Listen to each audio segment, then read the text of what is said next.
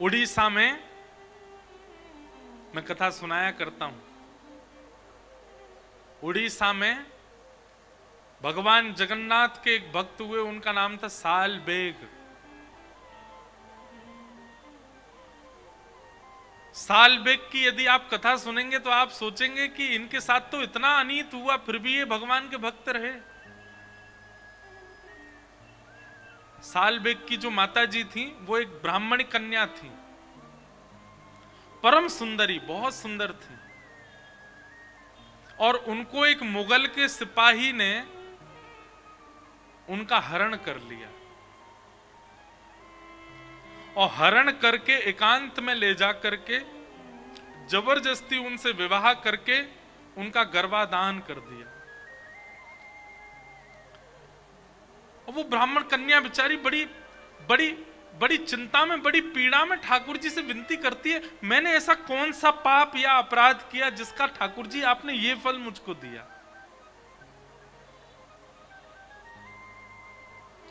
अपने प्राणों को त्यागने के लिए समुद्र में डूबने के लिए जा रही थी वो कन्या।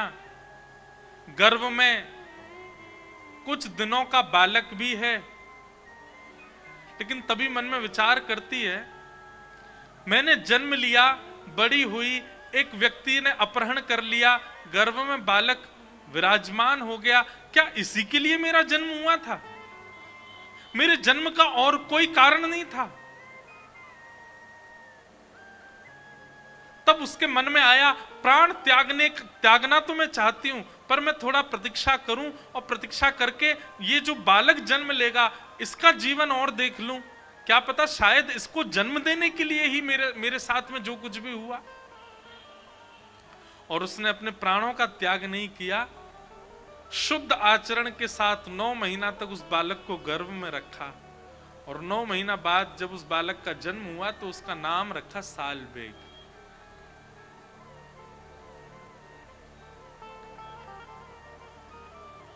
और बचपन से ही मां ने उस बालक को महाप्रभु श्री जगन्नाथ जी के प्रति अत्यंत प्रेम सिखाया। जबकि जीवन में इतना कुछ देख चुकी थी मां, लेकिन फिर भी कभी भगवान की शिकायत नहीं की। भगवान का अद्भुत प्रेम ही स्थापित किया अपने बालक के चित्त में। और एक दिन की बात, 6-7 वर्ष की आयु थी सालबेग की। गांव के सब लोग रथ में बैठ बैठ करके जा रहे थे, बैलगाड़ियों में बैठ बैठ करके जा रहे थे। सालबेग ने पूछा अपनी मां से, ये सब लोग कहां जा रहे हैं? मां ने बताया, जिन जगन्नाथ जी की तुम कथा सुनते हो वो आज रथ में विराजमान हो रहे हैं, रथ यात्रा हो रही है, ये सब उसी का दर्शन करने जा रहे हैं। सालबेग ने कहा, मां मैंने आज तक जगन्नाथ जी को नहीं देखा, मैं भी जाऊं?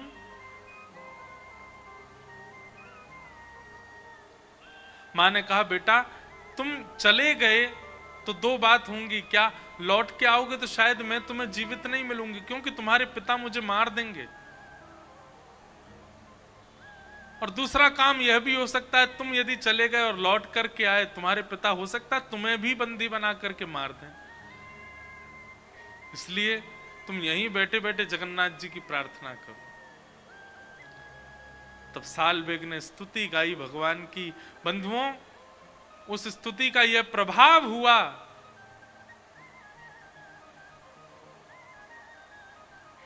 अब है तो ये उड़िया भाषा की स्तुति, पता नहीं क्यों आज मेरे मन में ये भाव आ गया। मैं अधिकतर ये कथा या तो जगन्नाथ जी का कोई प्रसंग हो या उड़ीसा में हो तो ही सुनाता हूं, पर ये उत्तर प्रदेश बिसौली में याद क्यों आया ये नहीं पता।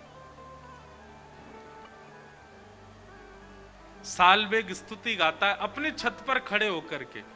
जगन्नाथ जी कोसों दूर रथ यात्रा कर रहे हैं। अहे नील शैल प्रबल मत्तावरण, प्रबल मत्तावरण, मुआरत नलनी बनकु कर दनन, अहे नील शैल। सालबेग स्तुति गाता है, ओ नीलाचल पर्वत पर रहने वाले महाप्रभु जगन्नाथ, आप गज के समान हो, हाथी के समान हो।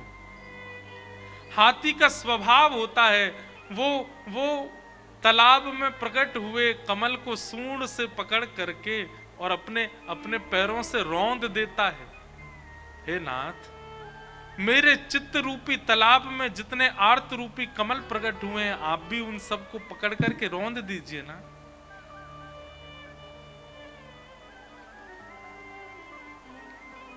इतनी सुंदर स्तुति गाई सालबेग ने, कोसों दूर से सालबेग की वह स्वर ध्वनि, लाखों करोड़ों लोग रथ खींच रहे हैं महाप्रभु जगन्नाथ जी का।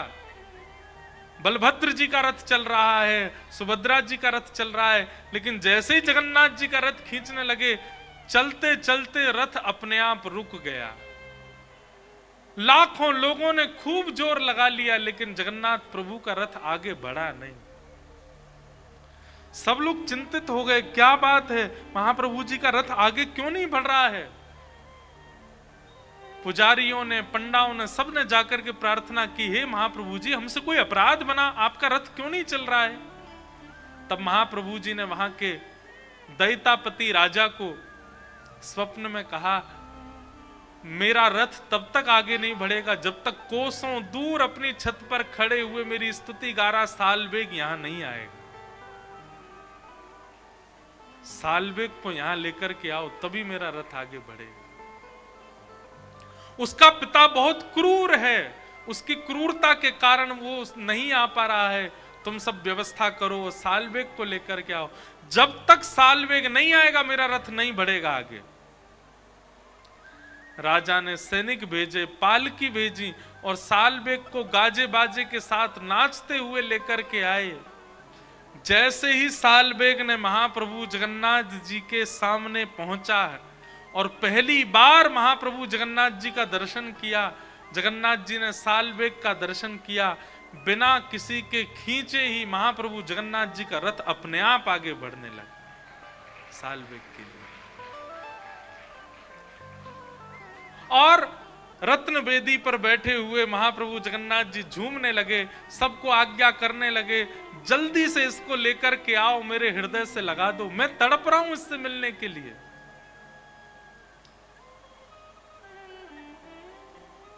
सालबेग छोटा सा बालक पहली बार आज जब महाप्रभु जगन्नाथ जी का दर्शन करते हैं, दर्शन करते करते नेत्रों से अश्रुपात होने लगे। पंडा पुजारियों ने कहा, तुम ही एकमात्र सालबेग इतने अधिकारी हो, पंडा पुजारियों के अलावा कोई रथ पर नहीं चढ़ सकता, लेकिन महाप्रभु जी ने तुमको बुलाया है, जल्दी दंडवत प्रणाम करो। सालबेग ने जैसे ही दंडवत किया, बहुत देर हो गई, सालबेग उठे नहीं। जब पुजारियों ने सालबेग बालक को उठाया, अपने प्राण त्याग चुके थे। महाप्रभु जगन्नाथ जी को प्रणाम करते करते प्राण त्याग दिए सालबेग।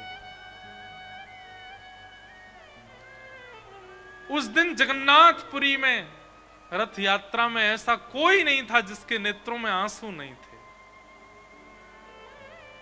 आज भी जगन्नाथ भगवान जब रथ यात्रा करते हैं तो रथ यात्रा में बीच में सालबेग की समाधि पड़ती है, वहां आज भी महाप्रभु जगन्नाथ जी का रथ रुकता है। और ऐसा कहते हैं कि महाप्रभु जगन्नाथ जी सालबेग को याद करके विरह करते हैं, थोड़ा विलाप करते हैं अपने अपने सखा अपने अपने अपने भक्त सालबेग को याद करके। बंधु, इसे कहते हैं भक्ति, इसे कहते हैं प्रेम भक्ति। हम आप जो कर रहे हैं ना, सब नाटक है, सब आडंबर है, इसीलिए ठाकुर जी मिल नहीं रहे हमको। सालबेग की मां के साथ क्या नहीं हुआ, सब कुछ हुआ, लेकिन फिर भी महाप्रभु जी के प्रति विश्वास नहीं डगमगाया, और उसी का परिणाम कि सालबेग जैसा भक्त महाप्रभु जी के चरणों को प्राप्त हो।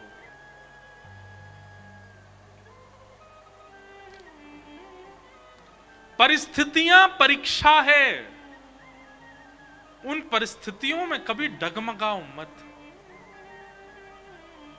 ठाकुर जी का सदा स्मरण करो, ठाकुर जी का सदा भाव रखो। चाहे जो हो जाए जीवन में, पर आपकी भक्ति कभी विचलित ना हो।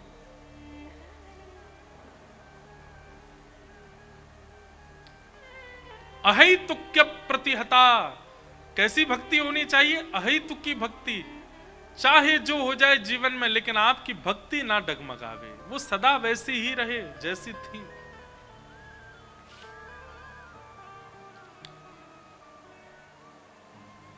अहेतुकी भक्ति। कि धर्म स्वनिष्ठितः पुंसा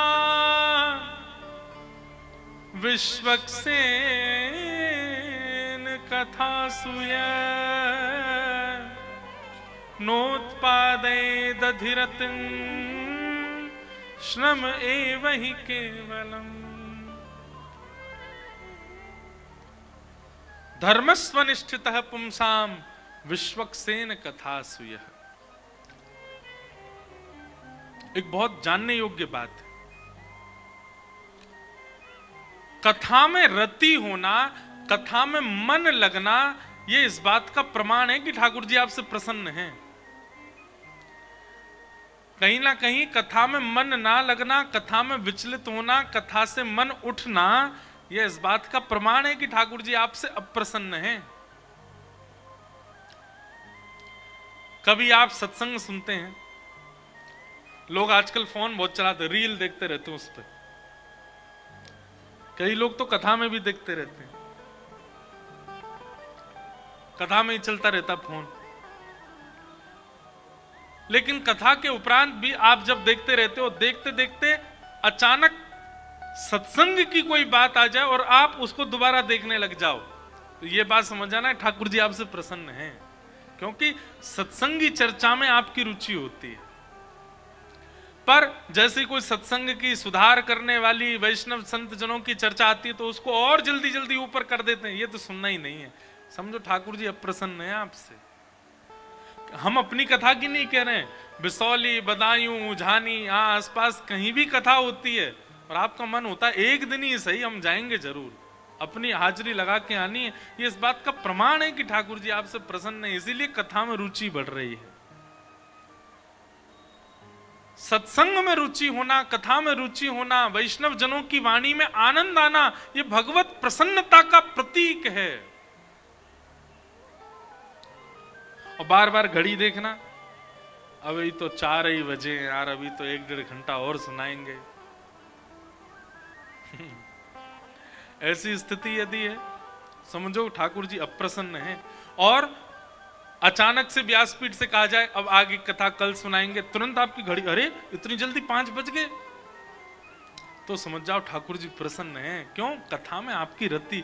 बात मैं नहीं कहता, भागवत जी में श्री सूत जी महाराज कहते हैं, धर्मस्वनिष्ठितः पुंसाम विश्वक्सेन कथासूयः नोत्पादयेदधिरतिं श्रम एव हि केवलम्। श्रम एव हि केवलम्। इस प्रकार सूत जी महाराज प्रवचन कर रहे हैं, तभी सूत जी महाराज ने भगवान के अवतारों का वर्णन किया और फिर वर्णन किया कि भागवत ग्रंथ किस कारण से लिखा गया। श्रीमद् भागवत जी को लिखने के पीछे कारण क्या है वेद व्यास जी का, यह भाव बताया गया। क्या भाव है? इदं भागवतं नाम पुराणं ब्रह्म संहितं उत्तम श्लोक चरितं चकार भगवान ऋषि। बहुत सावधानी से सुनिएगा, भागवत की रचना क्यों की गई, आज हम थोड़ा इसको विस्तार से बताएं, बहुत समय से नहीं बोला है।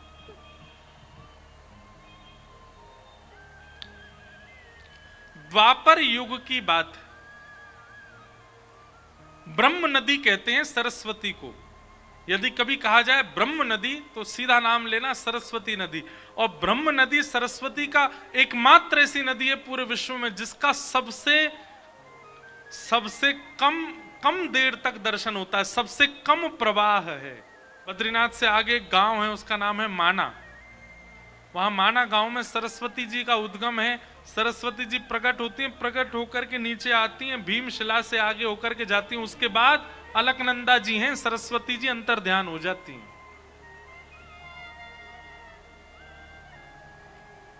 बस इतनी देर का ही दर्शन होता है। उन्हीं सरस्वती जी के तट पर वेद व्यास जी अपनी कुटिया में रहते हैं, अपने परम आश्रम में रहते हैं। और वहीं वेद व्यास जी महाराज ने वेदों का निर्माण किया, 18 उपपुराण लिखे, 17 महापुराण लिखे, उपनिषद आदों का लेखन किया। लेकिन इतना सब कुछ लिखने के पीछे कारण क्या था? मानव कल्याण, जीव कल्याण। लेकिन उसके बाद भी उनके चित्त को शांति नहीं थी। उसके बाद भी उनको यह विश्वास नहीं था कि मैंने जो लिखा है इससे मानव कल्याण होगा। अपनी कृति पर कहीं ना कहीं उनको अविश्वास था। जैसे जो मां नित्य भोजन बनाती है ना रसोई घर में, जब भोजन अच्छा नहीं बना होता उसको पहले ही पता चल जाता है कि आज अच्छा नहीं बना होगा।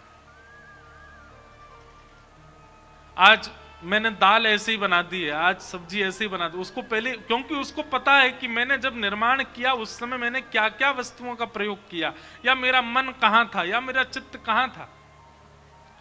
ठीक वैसे ही वेद व्यास जी महाराज ने इतने ग्रंथ लिख दिए, लेकिन उनको मन में विश्वास था कि इससे मानव कल्याण नहीं हो पाएगा। और इसी बात से वो चिंतित थे कि मैं ऐसा क्या लिखूं जिससे मानव कल्याण हो।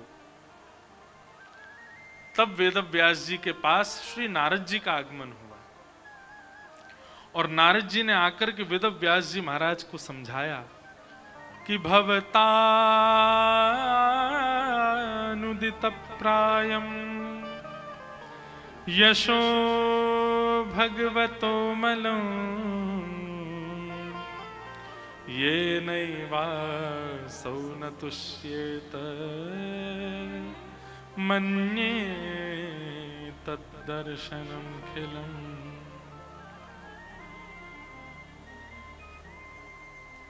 नारद जी कह रहे हैं, व्यास जी आपने जितना कुछ भी लिखा है इन सब से व्यक्ति अपना जीवन सुखद बना सकता है, लेकिन सफल नहीं बना पाएगा। सब लोग इधर देखो, सावधानी से सुनो। ये छोटी छोटी बातें, ये अत्यंत गूढ़ बातें हैं, इनको सुनना अति अनिवार्य है। और कई लोगों का मन होता, महाराज जी हमको तो लीला ही सुनाओ, हमको तो वृंदावन रस ही सुनाओ, हमको तो वृंदावन के भाव ही सुनाओ।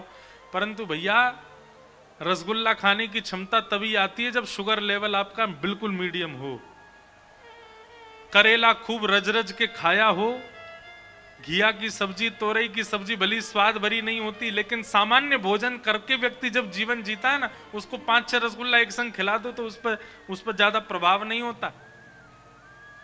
लेकिन जो करेला, घिया, तोरई आदि ये सब नहीं खाता, केवल चटपटा ही चटपटा, मीठा ही मीठा खाता रहता, बीमार भी बहुत जल्दी होता है। तो भगवान की लीला, भगवान की अद्भुत बाल लीला, भगवान की प्रेम लीला, ये सब तो चटपटा भोजन है, ये सब तो मीठे व्यंजन हैं। उससे पहले ज्ञान रूपी करेला, ज्ञान रूपी घिया, तोरई ये खाना बहुत जरूरी है। इसलिए सुनो। अब मैं मंच पे आता हूं या लोग मिलने आते हैं, पहले कहते महाराज जी कोई लीला सुनाइए, कोई ब्रज का भाव सुनाइए। अरे लीला, ब्रज के भाव ये सब सुनने की क्षमता तब आएगी जब ज्ञान की औषधि पी लोगे। नहीं तो वह लीला चित्त में आने के बाद स्थिर नहीं रह पाएगी, अस्थिर हो जाएगी। इसलिए ध्यान से सुनो। नारद जी महाराज आकर के वेद व्यास जी से कहते हैं, व्यास जी आपने जितने भी ग्रंथ लिखे हैं, क्षमा कीजिएगा, उन सबसे मानव के जीवन का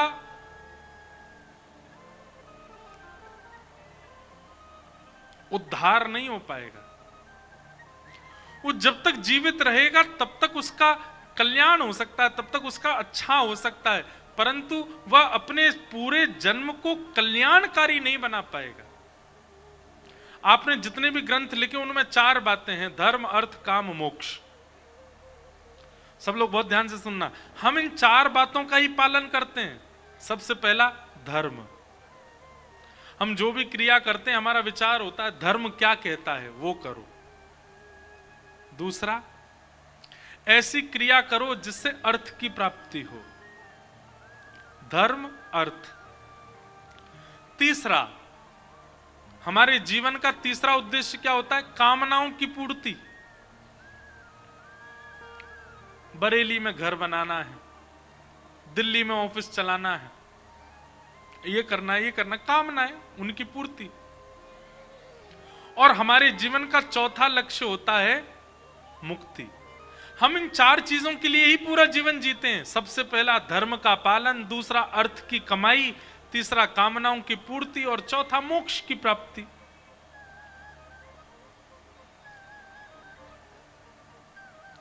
बालक जब छोटे छोटे होते हैं ना तब धर्म का पालन करते हैं।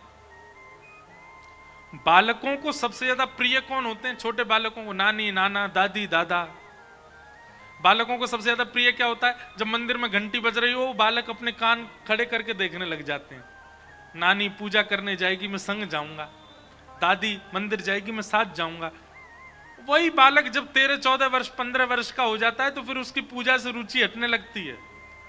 फिर वो कहां चला जाता है? अर्थ की प्राप्ति में। अब अर्थ की प्राप्ति कैसे हो उसके लिए वो कर्म करता है, पढ़ाई करता है, जॉब करता है, बिजनेस करता है, जो भी करे। और फिर अर्थ जब आने लग जाता है तो तीसरा उसका उद्देश्य क्या होता है? कामनाओं की पूर्ति। उससे ब्याह करना है, उसी से ही ब्याह करना है।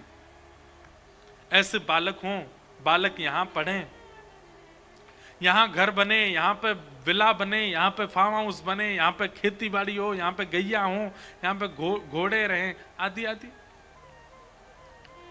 और जब सबसे थक जाता है तो उसकी एक ही कामना रह जाती है, क्या? अब मुझे मोक्ष मिल जाए।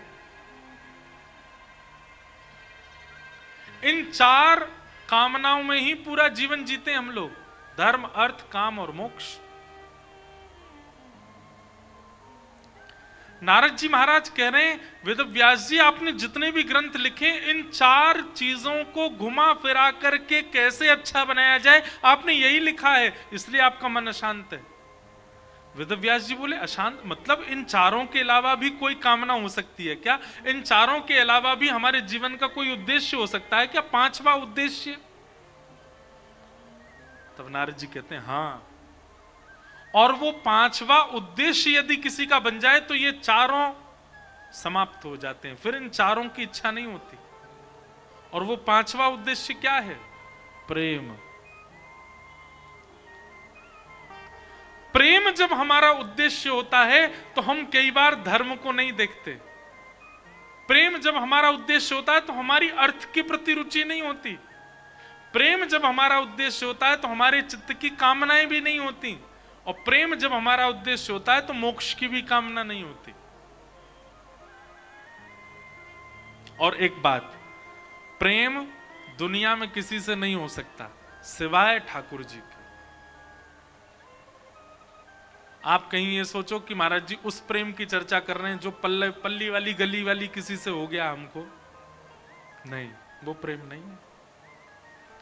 आप सोचो महाराज जी उस प्रेम की बात कर रहे हैं जो हमको अपने बच्चों से हो गया है, पत्नी से हो गया है, वो सब शुद्ध प्रीति है, प्रेम नहीं है। वो बुरा है ऐसा मैं नहीं कह रहा हूं, पर प्रेम के समान पवित्र है ये बात मैं कहूंगा कि वो नहीं हो सकता। प्रेम तो अत्यंत पवित्र होता है और प्रेम केवल ठाकुर जी से होता है और किसी से। नारद जी महाराज कहते हैं व्यास जी आपने सब कुछ लिखा लेकिन आपने प्रेम का वर्णन नहीं किया, इसलिए आपका चित्त अशांत है। प्रेम का वर्णन करो।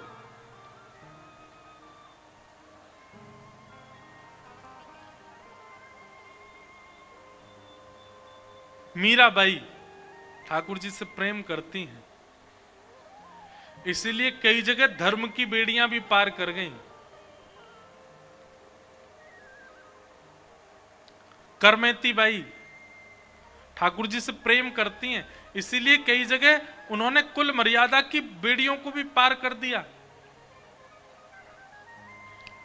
गोस्वामी तुलसीदास ठाकुर जी से प्रेम करते हैं, इसलिए उनकी कोई इच्छा सी नहीं है। आप समस्त आचार्य और भक्तों को उठा करके देख लीजिए, ये सब चीजों से परे हो चुके हैं, क्योंकि इनके चित्त में प्रेम आ गया है। और प्रेम जिसके चित्त में आ जाएगा वो और किसी साधन या स्थिति में नहीं रह पाएगा।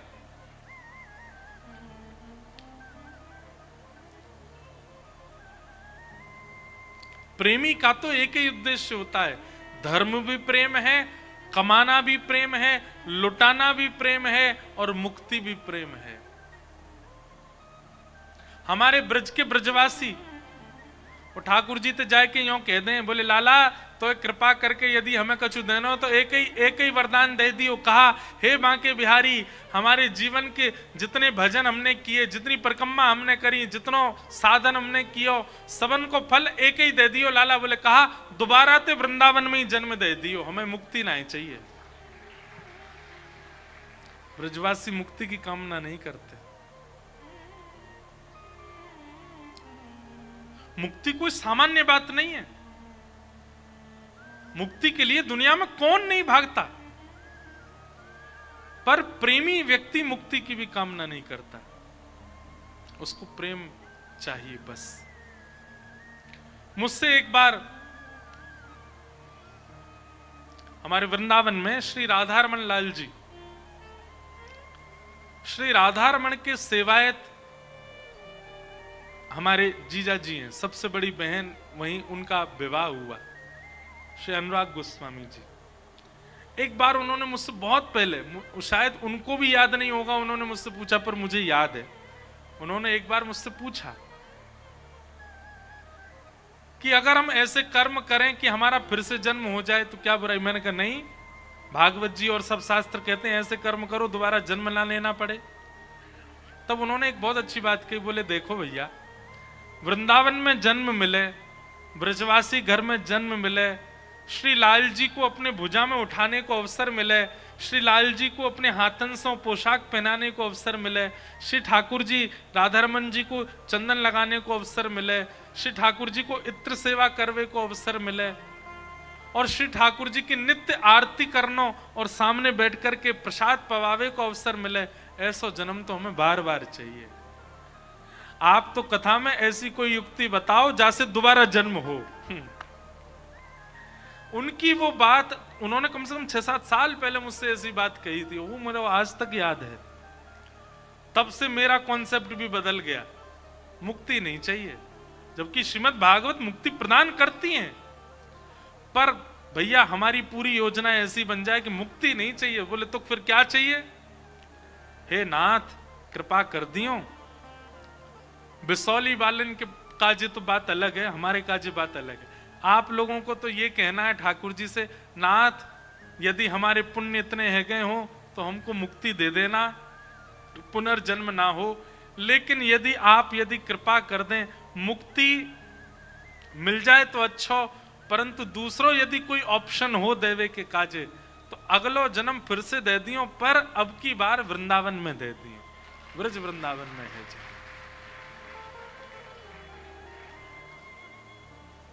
मेरे मन में तो कभी कभी आवे, पूर्ण ठाकुर जी से, हम तो गिरधर लाल जी से प्रार्थना करके रहते हैं कि पुनः इस देह के बाद भी जब पुनर्जन्म हो तो कहीं ना कहीं से घूम फिर के श्री गिरधर लाल जी के ही सेवा में हम आ जाएं फिर से। और हम जहां जहां कथा करते हैं, हमारे सब श्रोतागण भी, ये सब भी अपने देह त्याग जब भी करें 70, 80, 90, 100 साल बाद, इन सबन को जन्म भी फिरते वृंदावन में ही आ जाए, सब ब्रजवासी बन जाए। और ये होगा। किसी की मुक्ति की कामना है तो उसको हम छेड़ नहीं रहे, वो भैया बढ़िया है, मुक्ति प्राप्त करियो। हम तो यही चाहते हैं सब। एक बार एक व्यक्ति ने मुझसे कहा, बोले महाराज जी कथा सुनाने से मुक्ति मिलती है। आपको मुक्ति मिल गई तो मैंने की बढ़िया है, मुक्ति मिल जाएगी तो वैकुंठ में जाएंगे, भगवान से कहेंगे ठाकुर जी एक कथा कराओ। कथा गा करके इतनी आदत हो गई है, बिना कथा के रहा नहीं जा रहा, मुक्ति मिल गई, वैकुंठ में भी एक कथा कराओ। 7 दिन ठाकुर जी कथा कराएंगे, इतना तो कर ही सकते हैं, ठाकुर जी को दिक्कत नहीं होगी, कथा करा ही लेंगे। और जब कथा पूरी होगी सोई हम कहेंगे ठाकुर जी लाओ दक्षिणा दो। ठाकुर जी कहेंगे जे संसार ना है, यहाँ पर रुपया ना चले। बोले तो हम रुपया मांग कब रहे हैं? ठाकुर जी कहेंगे कहा दक्षिणा चाहिए बता। बोले अब फिर से वृंदावन में जन्म दे दो, यही दक्षिणा दे दो। कथा सुनावे की यही दक्षिणा मिल जाए कि हम फिर से वृंदावन आ जाएं, फिर से ऐसा ही परिवार मिले, ऐसे पिताजी मिले, ऐसी माता, और फिर से गिरधर लाल जी की सेवा मिले, फिर से कथा हो। ऐसो जीवन यदि मिलो है कि आपकी कृष्ण मति, कृष्ण गति, कृष्ण ही हमारी मति, कृष्ण कृष्ण कृष्ण के अलावा और कुछ भी नहीं है, तो ये जन्म बुरा है का? बहुत अच्छा जन्म, बार बार ऐसे ही जन्म मिलता रहे बस। तो प्रेमी व्यक्ति धर्म अर्थ काम किसी की कामना नहीं करते हुए अंत में मोक्ष की भी कामना नहीं करता, उसको नहीं चाहिए मुक्ति।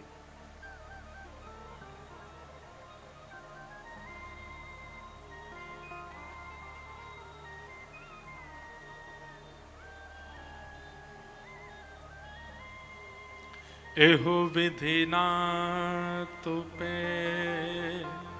अचरा पसार मांगू, जन्म जन्म दीजो याहि ब्रज वसिबो।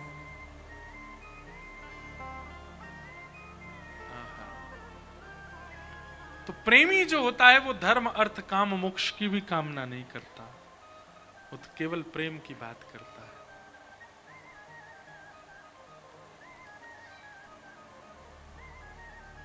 झूठी ममता से करके किनारा,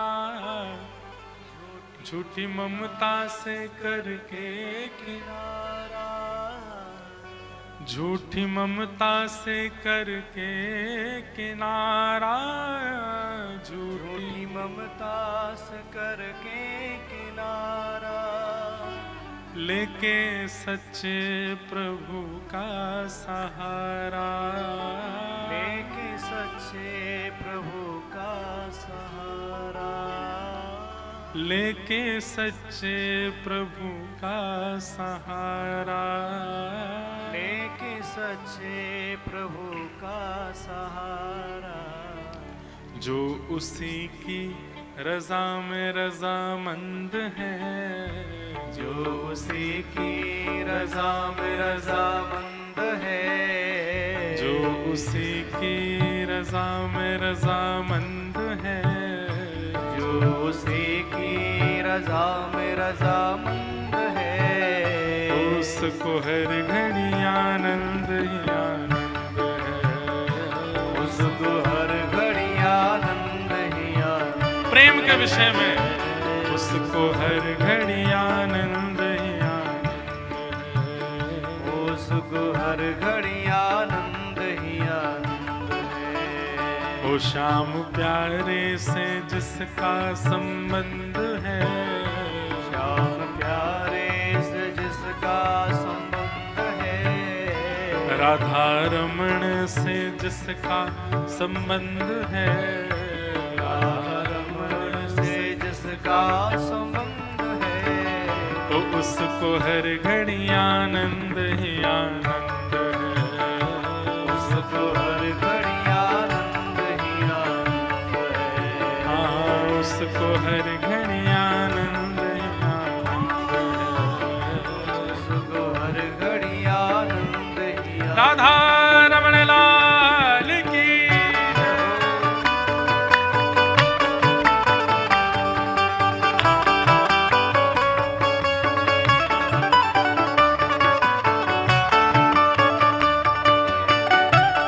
करताल बजा के गाओ भाव से, श्री वृंदावन बिहारी लाल की।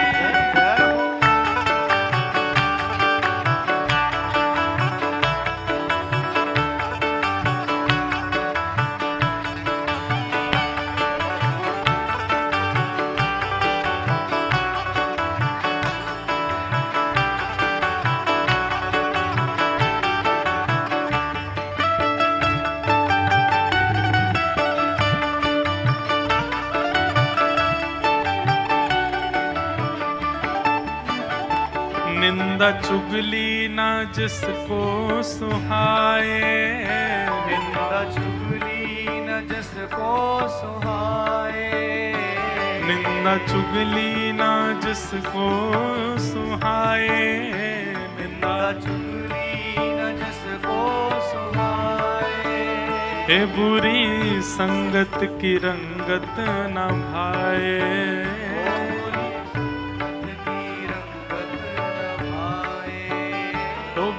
संगत की रंगत न भाए, बुरी संगत की रंगत न भाए।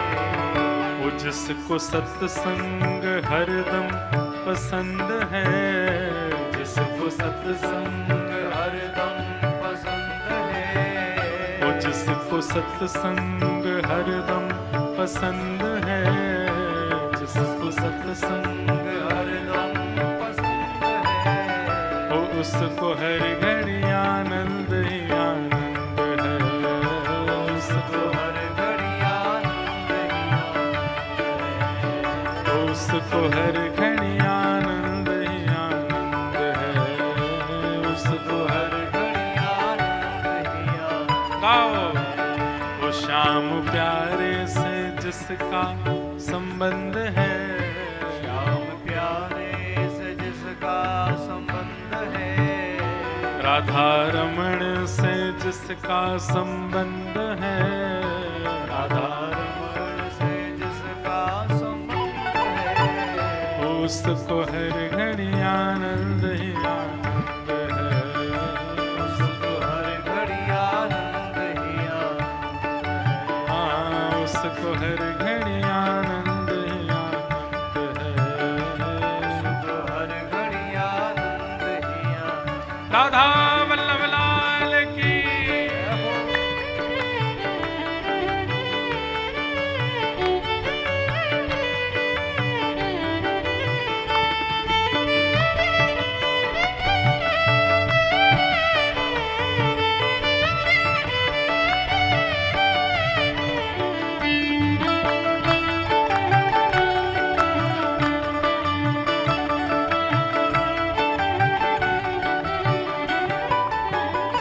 संत ऋषियों की वाणी को माने, संत ऋषियों की वाणी को माने, संत ऋषियों की वाणी को माने, संत ऋषियों की वाणी को माने, संत महिमा को हरदम पहचाने, संत महिमा को हरदम पहचाने, संत महिमा को हरदम पहचाने, संत महिमा को हरदम पहचाने, जिसके हृदय में बाल मुकुंद है, जिसके हृदय में बाल मुकुंद है, जिसके हृदय में बाल मुकुंद है, जिसके हृदय में बाल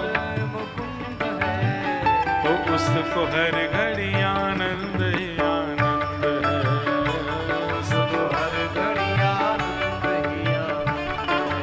हाँ उसको हर घड़ी आनंद ही आनंद है, उसको हर घड़ी आनंद ही आनंद है। ओ श्याम प्यारे से जिसका संबंध है, श्याम प्यारे से जिसका संबंध है, श्याम प्यारे से जिसका संबंध है, श्याम प्यारे से जिसका संबंध है, उसको हर घड़ी आनंद ही आनंद है, उसको हर घड़ी आनंद ही आनंद है। हाँ उसको हर घड़ी आनंद ही आनंद है, उसको हर घड़ी आनंद ही आनंद। राधे गोविंद भजो, राधे गोविंद, राधे गोविंद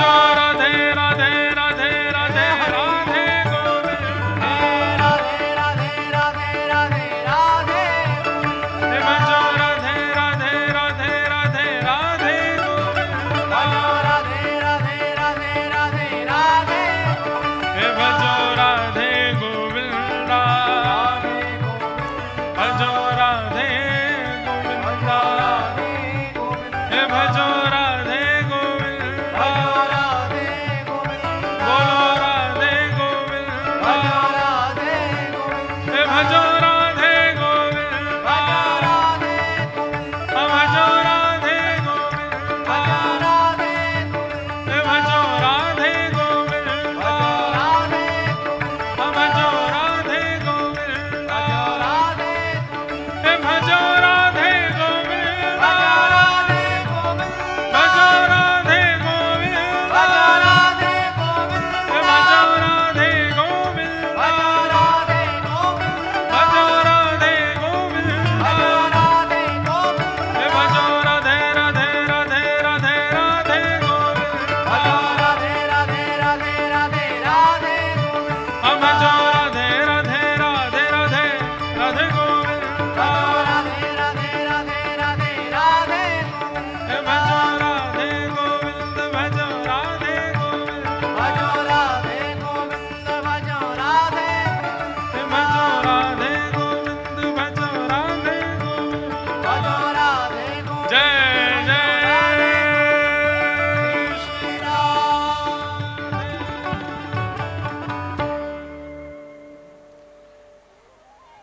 तो प्रेम के भाव में जो आ जाता है और उसमें भी ठाकुर जी से प्रीति जब हो जाती है, तब धर्म अर्थ काम और मोक्ष ये चारों कहीं ना कहीं गौड़ हो जाते हैं, छुप जाते हैं। फिर व्यक्ति धर्म नहीं, फिर व्यक्ति अर्थ नहीं, फिर व्यक्ति कामनाएं नहीं, फिर व्यक्ति मोक्ष नहीं, प्रेम के लिए जीता है। हम जिन भी भक्तों की कथा सुनते हैं, जिन भी वैष्णवों का पालन करते हैं, जिनका भी आचरण करते हैं, ये सब प्रेम के लिए जिए हैं।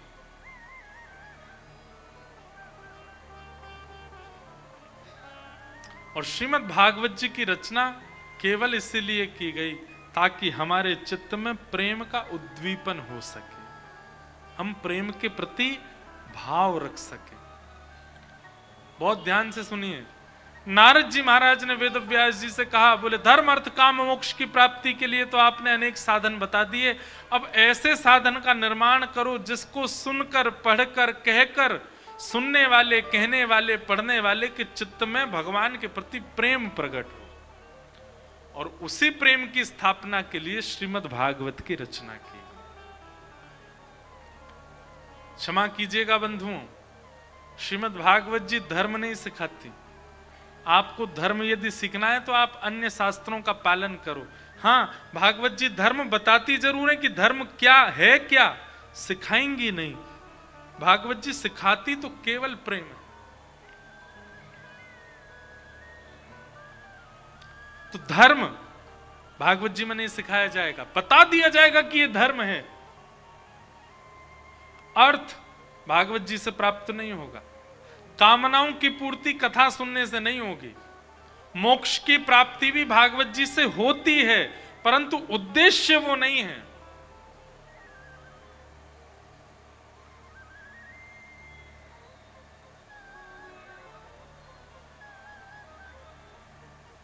जैसे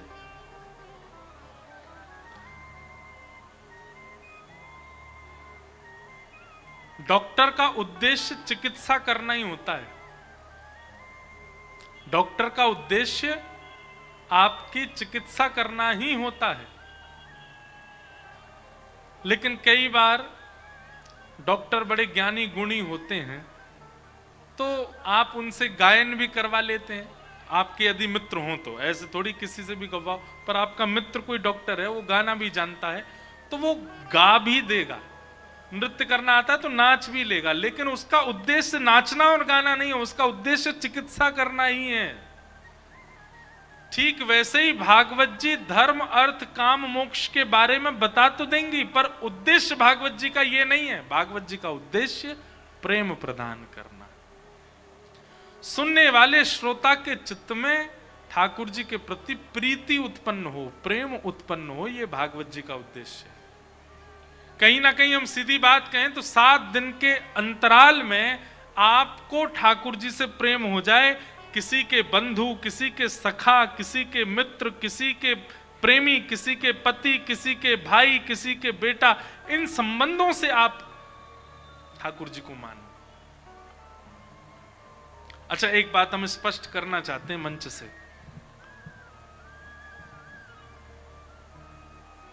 कई लोग कथा की बातों को सुनते तो हैं, पर सुनकर के उसको गलत रूप में ले जाते हैं। हम मंच से कह रहे हैं कि ठाकुर जी से संबंध बनाओ, ठाकुर जी को अपना मित्र बनाओ, अपना सखा बनाओ, अपना भाई बनाओ, अपना बंधु बनाओ, अपना प्रेमी बनाओ। पर इसका मतलब यह नहीं है कि आप उसकी मर्यादाओं को भूल जाओ, और मर्यादाओं को भूल करके केवल और केवल उसके प्रचार प्रसार के लिए, या फिर उसके क्या बोलते हैं आज की भाषा में कहें तो, केवल दूसरों को दिखाने के लिए उस क्रिया को नहीं करना। ठाकुर जी आपके भाई हैं, ठाकुर जी आपके बंधु हैं, ठाकुर जी आपके सखा हैं, उस भाव को गोपनीय रखो। याद रखिएगा, मैं कथा में कहा करता हूं, ज्ञान और धन जितना बांटोगे उतना बढ़ेगा। प्रेम और भजन जितना गुप्त रखोगे उतना बढ़ेगा। ठाकुर जी से भी जो आपका संबंध आपने बनाया है, वो अगर आपने गुप्त नहीं रखा, उसका प्रचार प्रसार कर दिया, उसको प्रमाणित कर दिया, ढिंडोरा पीट दिया, तो निश्चित है ढिंडोरा पीटने से प्रेम कम होता है। प्रेम को तो गोपनीय रखना चाहिए।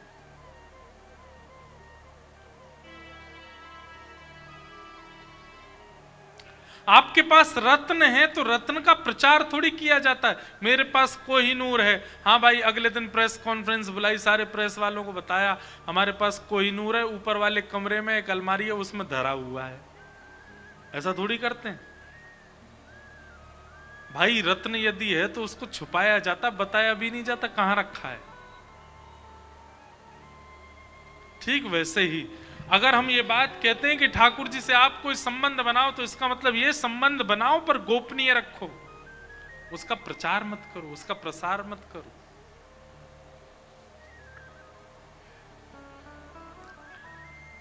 श्रीमद् भागवत जी की रचना इसी उद्देश्य, इसी भावना से की। वेदव्यास जी महाराज ने नारद जी से पूछा, और मुझे क्या करना चाहिए जिससे मैं भागवत जी लिखूं? बोले समाधि लगाओ।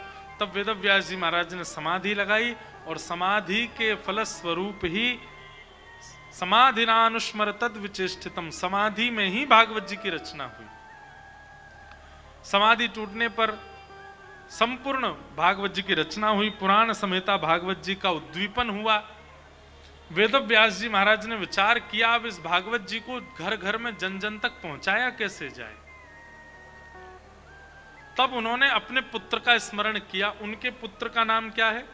श्री सुखदेव जी महाराज। वेदव्यास जी महाराज के सुपुत्र हैं श्री सुखदेव जी, जो कि हिमालय पर, सुखदेव जी की पूर्व जन्म की कथा पता है, हम कथा में सुनाते तो हैं पर यहां भी सुना देते हैं। सुखदेव जी कौन है? हमारी भागवत जी के बगल में जो सुख पक्षी दिखाई दे रहे हैं ना, यही सुखदेव जी। ये हमारी श्री राधा रानी के निज भवन के तोता हैं, सुख पक्षी हैं। तोते का एक गुण होता है, बोलो तोता राम राम तो तोता बोलेगा राम राम, बोलो तोता राधे राधे तो तोता बोलेगा राधे राधे। ऐसे ही किशोरी जी ने, हमारी श्री राधा रानी ने सुख पक्षी को भगवान के अनेक नाम याद करा दिए। सब लोग इधर देखो सावधानी से। कृष्ण, माधव, मधुसूदन, मुरारी, गोपाल, गोविंद, गिरधारी, ये सारे नाम सुख पक्षी को याद करा दिए श्री किशोरी जी ने। अब तो किशोरी जी चलती फिरती बस यही सुनती रहती हैं, माधव, मुकुंद, मुरारी, गोविंद, गोवर्धन, गिरधारी। किशोरी जी को बहुत सुख मिलता है। सुख पक्षी पूरे दिन ठाकुर जी का नाम बोलता रहता है।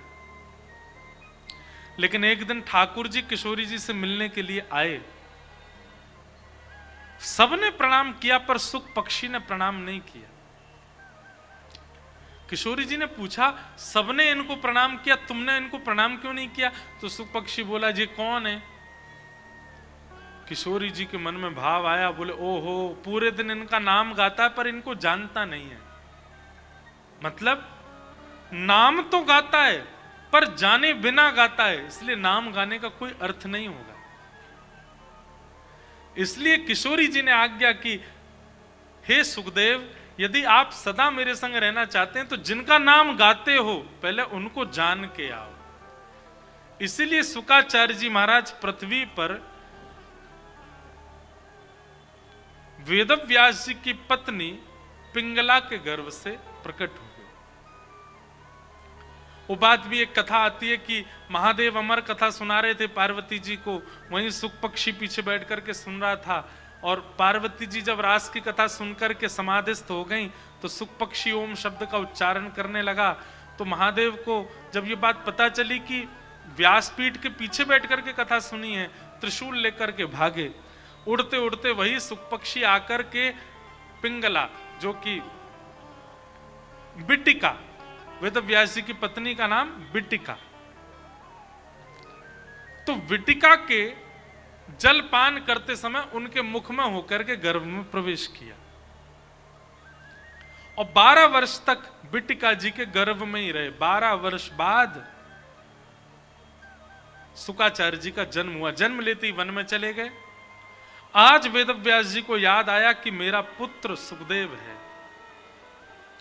यदि उसको भागवत जी का ज्ञान दे दिया जाए तो उसके माध्यम से घर घर जन जन तक पहुंचाया जा सकता है। तो 2 काम हो जाने थे, एक तो भागवत जी का प्रचार हो जाना था, और जिस कारण से किशोरी जी ने सुखदेव जी को भेजा वो भी पूरा होता।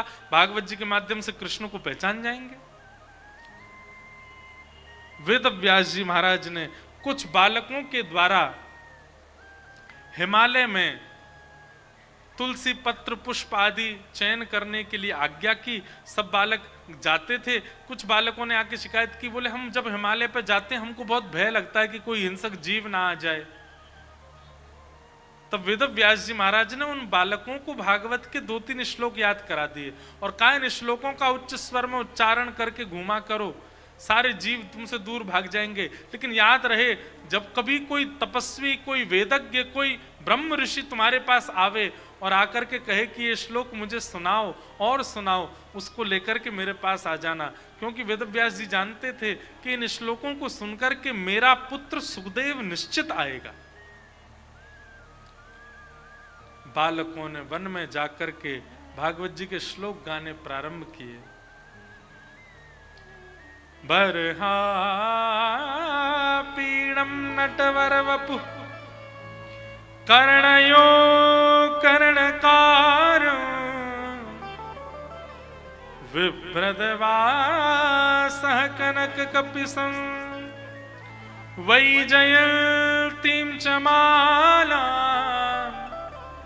रंध्रान् वेणुवधर सुधया पूरयन् गोपवृन्दै वृन्दारण्यं स्वपदरमणं प्राविशद गीत कीर्ति। बंधुओं, एक क्षण के लिए सब लोग अपनी आंख बंद करो। हम आपको ठाकुर जी का दर्शन कराते हैं और आंख बंद करके चिंतन करना, ठीक है? कल कल करती यमुना जी बह रही हैं, चारों तरफ सघन वन है, सुंदर मखमली सी रेत बिछी हुई है जमुना जी के तट पर, और उसी रेत में यमुना जी के तट पर श्री ठाकुर जी विचरण कर रहे हैं। ठाकुर जी का दर्शन कैसा है? तो कहते हैं वरहा पीड़म नटवर वपु। ठाकुर जी ने मोर पंख का आपीड़ यानी कि मुकुट पहना है। और मुकुट कैसा पहना है? दाहिनी ओर झुका हुआ मुकुट पहना हुआ है। मोर पंख सुंदर सुंदर लगे हैं, स्वर्ण की चांदी की जड़ाऊदार कढ़ाई हो रखी है मुकुट पर, छोटे छोटे नग लगे हुए हैं। और ठाकुर जी का श्री अंग कैसा है? बोले जिसने नहीं देखा, दूर से केवल छाया दिख रही है, उसी से ही आकर्षित हो रहा है। जिनकी छाया इतनी सुंदर, वो स्वयं कितने सुंदर होंगे। नटवर वपु, जिनका वपु अत्यंत आकर्षक है। और बरहा पीड़म नटवर वपु कर्णयो कर्णकारम, भगवान ने 2 कानों में केवल एक ही कुंडल पहना है। कुंडल भी सोने चांदी हीरे का नहीं है, कुंडल भी पुष्प का पहना है। कैसे पहना है? अपने कान के ऊपर के बीच के भाग में उस कुंडल को, उस पुष्प को फंसा रखा है। जैसे कोई पुष्प को कान के ऊपर फंसा ले, ऐसे ठाकुर जी ने एक पुष्प को अपने कर्ण रंध्र के ऊपर फंसा रखा है। और एक ही पुष्प को कभी एक कान में पहनते हैं, वहां से उतार के कभी दूसरे कान में पहन लेते हैं। एक ही पुष्प को अदला बदली करते हुए ठाकुर जी पहन रहे हैं। कर्णयो कर्णकार। और विभ्रदवा सह कनक कपिसम, पीली पीतांबरी पहनी है ठाकुर जी ने। पीली वस्त्र, पीली धोती, पीला पटका, पीले पीले से लग रहे हैं बिल्कुल। और ऐसी चमक है कि उस चमक पर महाराज सूर्य भी अपने आप को बादलों में छुपा रहा है। और वैजयंतीम च मालाम, गले में वैजंती माला पहनी है ठाकुर जी ने। रंध्रान वेणु अधर सुधया, अपने अधर पर वेणु को धारण करके भगवान कोमल उंगलियों से उसके छिद्रों को आच्छादित करते हुए बजा रहे हैं। पूरयन गोप वृंदई, समस्त ग्वाल बालों के साथ वृंदावन में प्रवेश करते हुए मानो वृंदावन को पूर्ण कर रहे हैं। ऐसे भगवान श्री कृष्ण का यश गोप गोपियां गा रहे हैं। वृंदारण्यम स्वपद रमणम प्राविशद गीत कीर्ति। अब निश्चित ही अनुभव हुआ होगा, सघन कुंज यमुना जी के तट, मखमली सी रेत के ऊपर त्रिभंग लली श्याम सुंदर चल रहे हैं। टेढ़ा सा मुकुट पहना है, अधर मुख पर वंशी धारण की है, पीतांबरी पहनी हुई है, वैजंती माला, तिरछी सी चाल है ठाकुर जी की, मटक मटक के चल रहे हैं।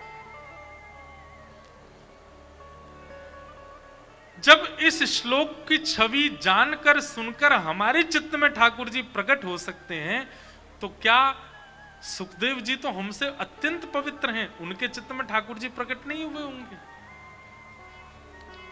सुखदेव जी के चित्त में ठाकुर जी प्रकट हो गए और सुखदेव जी व्याकुल होकर के इस श्लोक की ध्वनि के पीछे पीछे चलने लगे। अरे कौन है, किसका ये भाव है, ऐसा सुंदर स्वरूप किसका है? उन बालकों से जाके कहने लगे, अरे तुम जिनका स्वरूप अभी गा रहे थे उनसे मुझे मिला दो, मुझे उनके पास ले चलो, मुझे उनका दर्शन करना है।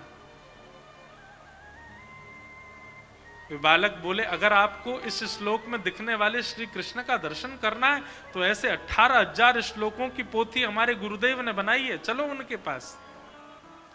और तभी श्री शुकाचार्य जी महाराज हिमालय से दौड़ करके श्री बद्रिकाश्रम आ गए और वेदव्यास जी महाराज ने उनको भागवत संहिता का पान कराया। बोलो भागवत महापुराण की।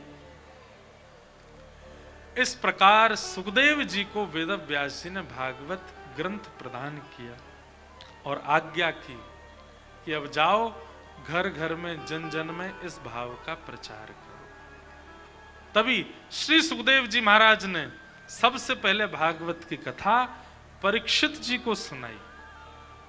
अब यहां प्रश्न उठा, परीक्षित कौन है? तो यहां से महाभारत की कथा प्रारंभ होती है और इस प्रसंग को 2 बजे से हम लोग सुनेंगे कल।